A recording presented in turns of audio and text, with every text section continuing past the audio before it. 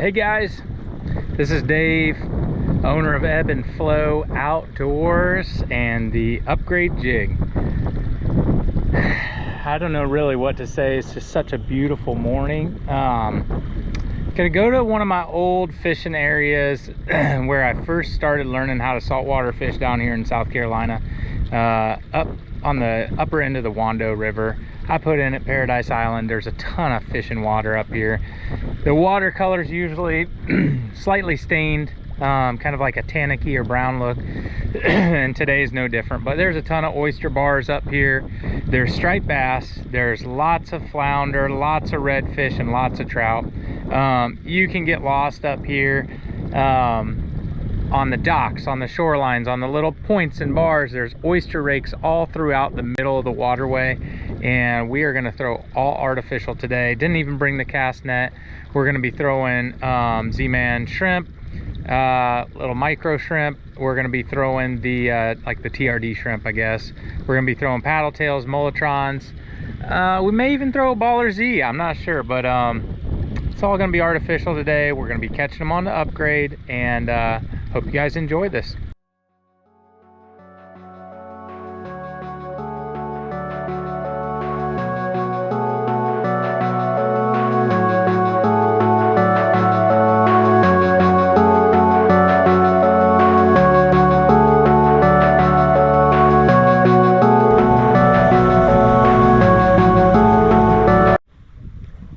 Alright guys, so I'm going to try to do a better job explaining what I'm doing when I'm fishing.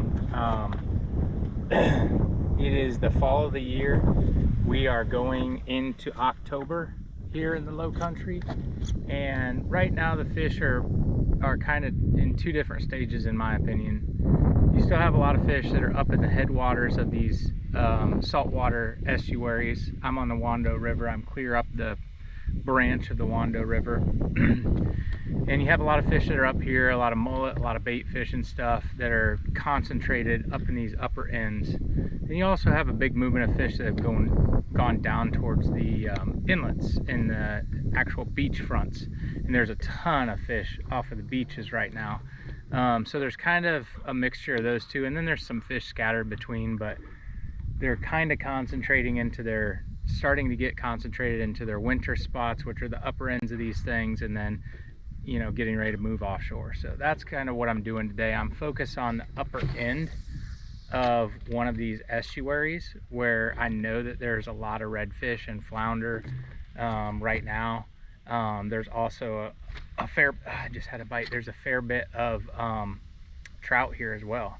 So this is the time of the year where you can make a really good catch up in these upper ends as the water's transitioning and as the fish are starting to move out off the beaches. So I'm just gonna spend some time up here fan casting these docks and the shorelines that have oysters and that sort of thing. So had a short little strike there while I was talking.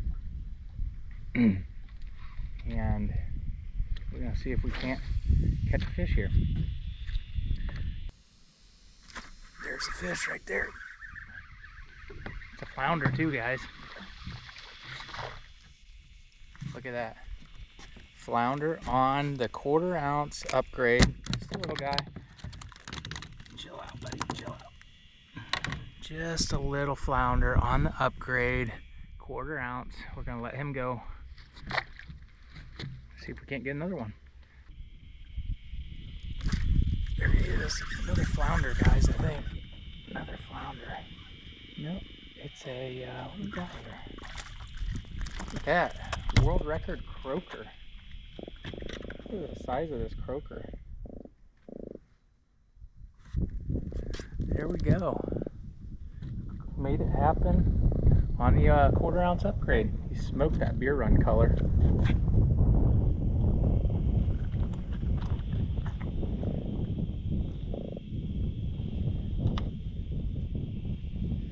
First fish, and the bait's still pinned. There's a little croaker. You can hear him croaking. Let him go. Good one. He couldn't resist that Z-Man beer run either. Just slowly falling. That tail just ever so slightly kicks when it's doing that. almost need a second GoPro so you guys can see what I'm looking at on this live scope. It does not make the fish bite, and you can't see the fish. They're right on the bottom, so you know, it's pretty tough in that sense. If you can get it in front of them and you're using the right depth and the right speed, you can usually catch them, but it does not make these fish bite. Some days they want it hopping, and some days they just want a straight line, slow retrieve. Kind of have to check it all out. Hey guys, look what we got here. Second flounder of the day. It's a nice fish. Love to see all these little ones up here in the estuary grounds. I'm gonna let him go.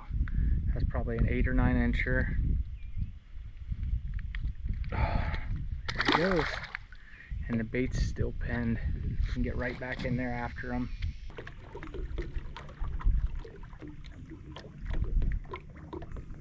This is a great way to fish, you know, long flat structures out here, guys, is by trolling. You could throw up on the bank and just try to maintain bottom contact. So if you need, you know, if like right now I've got a 1/4 ounce on, I'm probably in 1.5 foot of water up there, and I'm able to like drop it back and feel that I'm on the bottom.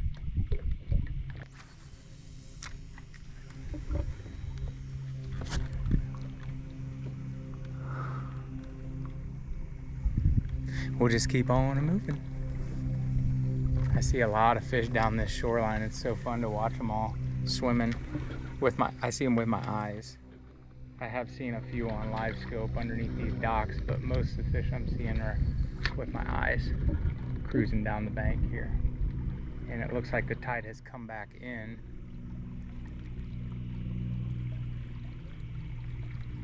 So we're kind of in a incoming tide situation now.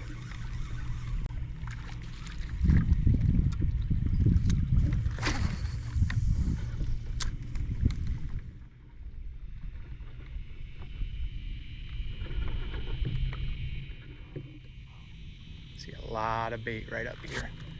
It's gonna be good. What do I got there? That is something not, oh, I got a fishing rod and reel, guys. Check this out.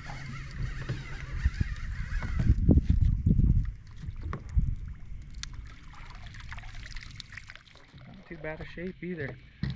Look at this, guys. Fish and jigs will get you all kinds of stuff. This is called the lightning rod.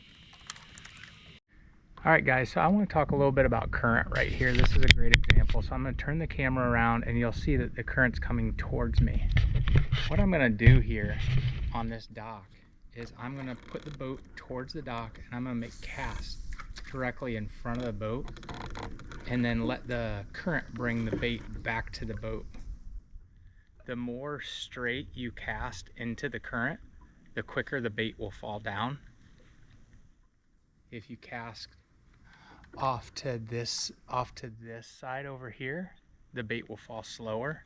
Same thing's true if you cast off of this side over here, the bait will fall slower. So what I'm doing is I'm casting up and I'm picking this dock apart by hopping down through here and letting the bait or letting the lure travel from left to right as it sweeps down through the current. This is a great way to fish current. And then obviously you match your jig head weight with the depth or the time of the year. Sometimes you have to go lighter to get a fish to bite. Sometimes you have to go heavier. But I typically just hop it just to give that tail a little action and then keep the line tight. Hop it, keep the line tight, hop it, keep the line tight.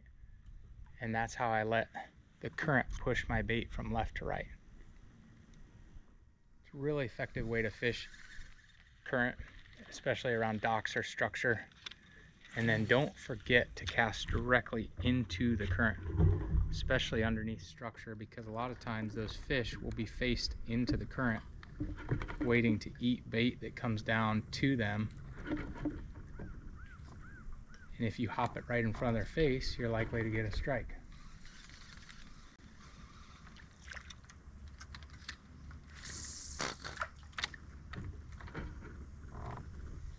I don't really see anything here on this one, but there's tons of shells.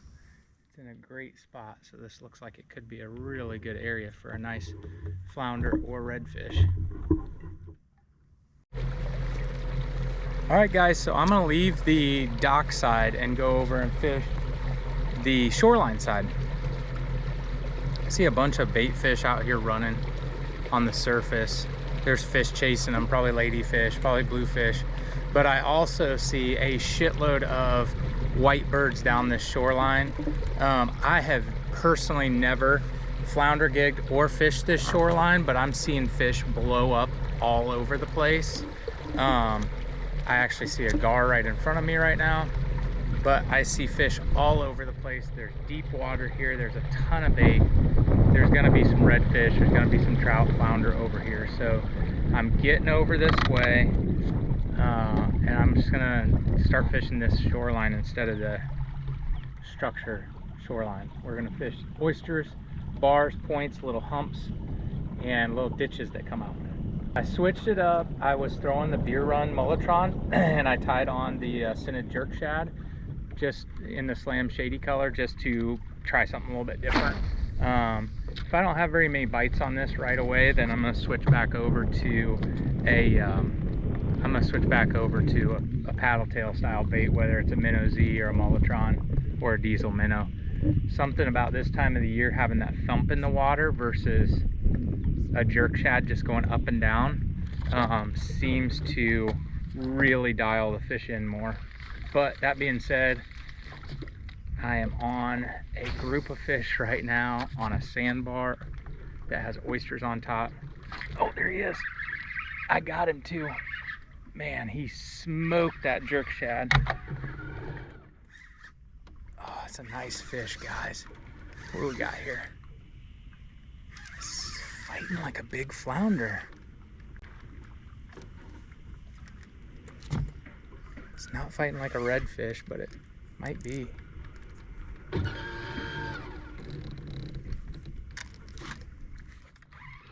could be a red. Oh yeah, it's a red. It's a really nice one too. Smoke that jerk shad right on the outside edge of this sandbar. Look at this, guys. There he is.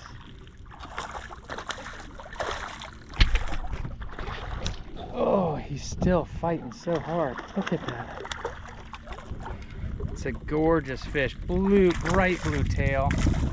Let's get him up here.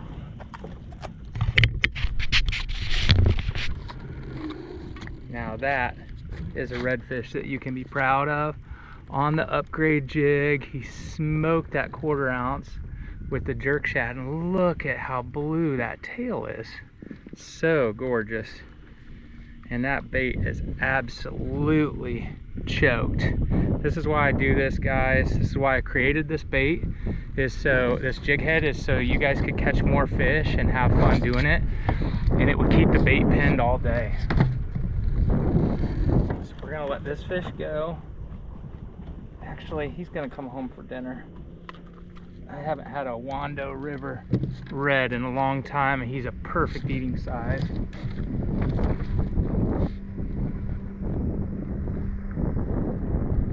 Right at 20 inches. Alright guys, so I just smoked a really nice redfish on this little oyster bar here. There's another one. Oh man, we're on them, guys. That's 2 in a row on the upgrade with the jerk shad. We're gonna take home 2 for dinner tonight. We're allowed 2 per person here in the state. Oh, this is another nice fish. Let's see if we can get. Oh, he's going nuts. All right, 1/4 ounce. Oh, beautiful redfish. That's a triple dot. That's a triple dot right there. Triple spot. Woohoo. This is why I love the Wando River, guys. There's a ton of fish up here. and you can catch them like this on artificials, on the upgrade. 3 dots, beautiful blue tail. You can get your upgrade jig heads at ebbandflowoutdoors.com. That's EBB, the letter N, flow, outdoors.com. Another gorgeous red, putting him back. It's a 3-spot red, so couldn't be happier. All right, guys, you're going on my chest to get a first-hand view at this. There's a school of redfish right here. I can kind of pan down. There's oysters down here. There's a big ditch that comes in, and then there's mud and more oysters. The bait fish are all in this little creek dropping out. There's a little tiny sandbar that runs back to that island. The bait is dropping out over the top, and the redfish and the flounder are right here. There's trout here too. I've caught 3 redfish, and now I'm gonna put you on the chest so you can get a first-hand view. Areas like this that look awesome. We just pop this in there, give it a couple hops. This is flounder and redfish central, guys.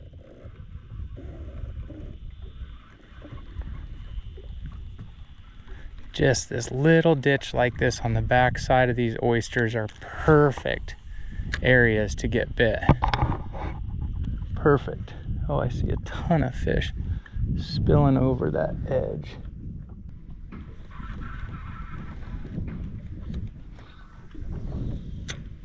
And those fish are sitting here ambushing bait. Oh, there's one. It's a good sized trout. Oh, he came off. That was a good sized trout.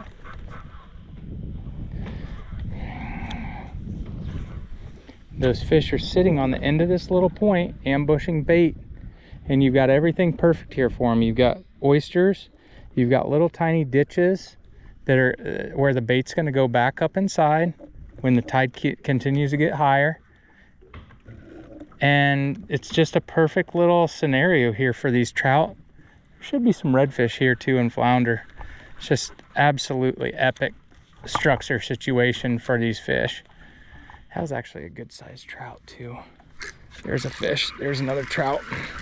There you go, guys. So there it is. That's what fan casting does. That's the 3rd trout off of this spot. Not a big one, but the bait is pinned.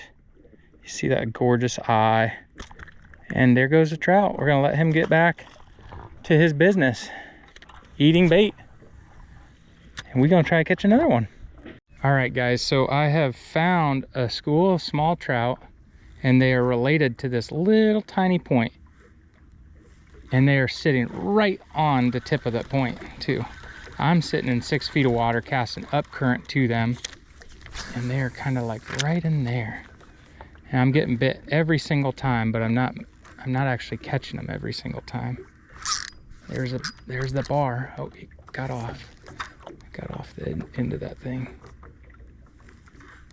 I can see them. There's a bunch of fish there.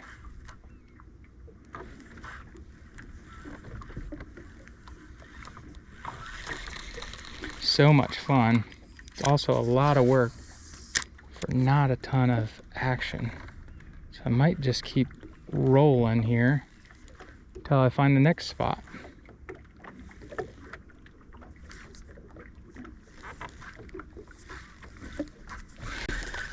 Actually, this is a great opportunity to show you guys what the difference in size does. That's a 1/4 ounce jig. Let me go grab an 1/8 ounce jig real quick. Here's an 1/8 ounce Goby Z, and the hook and the bait are worked, used, and abused, but this is still gonna catch fish. So I'm gonna throw this out on ultra light setup, and I should be able to pop a few of these fish on or near the bottom.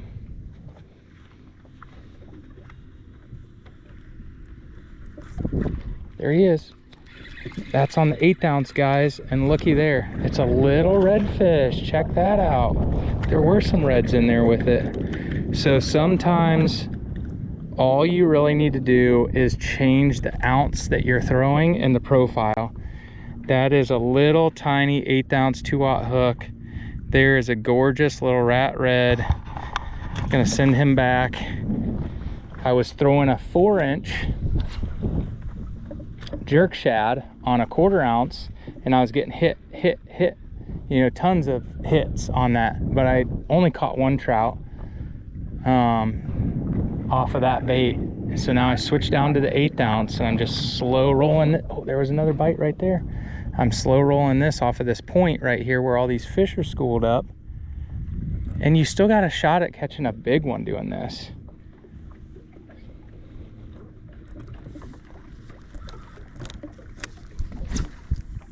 Casting up current once again, letting it sink, and just slow rolling this thing over the top of the point, popping the rod tip a little bit, give it just a little bit of hops or action. Oh, there he was, and I missed him. You could do the same thing with a popping cork here, guys. This bait is trashed. I really need to put a new one on. It's totally hollow on the inside now. Caught so many fish on it. You could do this with a popping cork, guys, and one of my hover hooks, like the 3/32 ounce or the 1/16 ounce, and just throw the cork up and let the cork come back, and you could catch them doing it that way too, because these fish are in shallow water and they're related to this point, this little tiny point right here. Oh, that was a bite. And they've actually kind of moved on at this point. As the tide has come up, the fish has kind of moved on. They probably got shallower.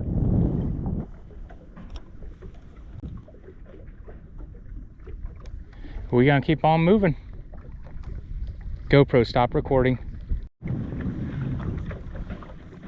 Alright guys, so once again I moved from the docks over there where there's a ton of visual structure to this shoreline over here, which is mud, grass, and oyster rakes. And what I've done by doing that is switched over to a shoreline that's probably not pressured as much. Not as many guys fish this stuff. And B, there's just a lot of bait over here. There's a lot of bait, there's a lot of fish, and I am just having a ball over here with catching. I mean, I'm catching redfish, I'm catching flounder, I'm catching everything right here. And it's all textbook stuff, you know, it's textbook structure stuff. I've already caught I've already caught multiple flounder, multiple trout, and multiple redfish today.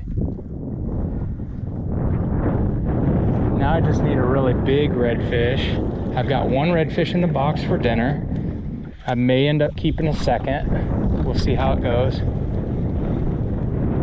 I'm just literally having a blast. There was a big fish just busted on the surface right there. Let's see if I can't get in and get up there to him or her. Kind of throw out and around. The water's clear enough that fish will, if it's chasing it all, it'll see that bait. There it is. There he is. That's what visual fishing can do, guys. And that's a nice redfish too. I saw that fish boil on the surface. I made a cast over there, not on top of it, but behind the fish with a 1/4 ounce jerk shad. And I put it 10 feet away from the fish, and he hit it, and here we go. He actually just swiped it with the bottom of his jaw, it looks like. Look at that. Another gorgeous redfish. There we go, guys.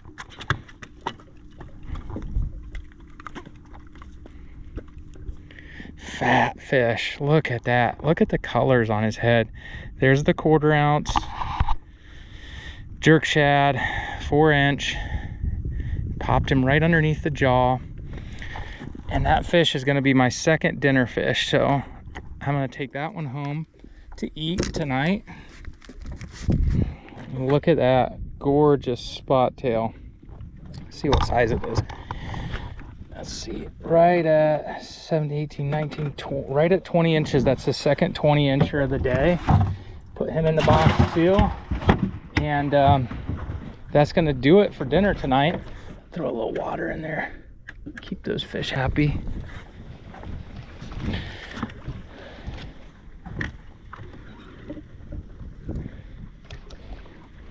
GoPro, stop recording. All right, guys, so I just want to talk to you really quick about how fun it's been catching fish on my own lures. Today I'm using the 1/4 ounce upgrade with a jerk shad. I put a beer run mulletron on there. I've caught that. I'm also throwing the 1/8 ounce when things get a little bit tricky. And this jig head and this bait has been used and abused. I definitely should switch it out. It's rusted, the eyes have been slaughtered at this point, but I'm still catching fish. I caught a nice trout on it today and a nice redfish, and that's on the little Goby TRD. So when things get tough, I'm throwing this and I'm just hopping it or letting the current drift it down through. And to start off my presentation, I'm throwing a little bit heavier setup with a jerk shad or a mulletron. I'm using clear colors, like translucent colors today, because the water's kind of stained. I've got some old Okuma stuff here that this is the SRT Inshore Elite rod. I have caught thousands of fish with this. This is actually the 761 heavy fast spinning series. So I've used and abused this thing. This is the old Pixar reel. Everything's working out just so beautiful. Today's such a great day. This is what you can do in the fall of the year as things transition. I would really highly focus, especially if you're going to be in the Carolinas, highly focus on these upper ends or closer to the ocean. And I'm trying to find 6 to 8 foot of water that's close by flats, points, and bars, or docks. And I'm sure you could catch a lot of fish even shallower than that up on big flats and things, but right now that's what I'm doing up here. I know there's flounder, I know there's trout and redfish, and we've caught all 3 today. So hey guys, if you enjoy this stuff, I'm really urging you to try the upgrade jig. It's different, it's better, it's different, and the nation is starting to find out. We've done a massive amount of sales in the last 8 months. We have charter captains, we have guides, we have YouTube personalities, we've got regular beginner fishermen that are seeing success with it. We've got, you know, tournament guys that are catching good bags with them. So what we did is we took the original jig head design and we upgraded it, thus the name, the upgrade. So I hope that you guys can come to our website, which is ebbandflowoutdoors.com, and come pick up some of these jig heads. We're also a Z-Man dealer, so we sell Z-Man. They pair perfect with our jig heads. There's a lot of other soft plastics that work too, but the Z-Man just work great. They work all day long. And we hope that you guys have just as much fun as we do fishing these things. So thanks for tuning in. We're gonna stay out here, see if we can't catch a really big redfish or a nice sized flounder for dinner tonight. GoPro, stop recording.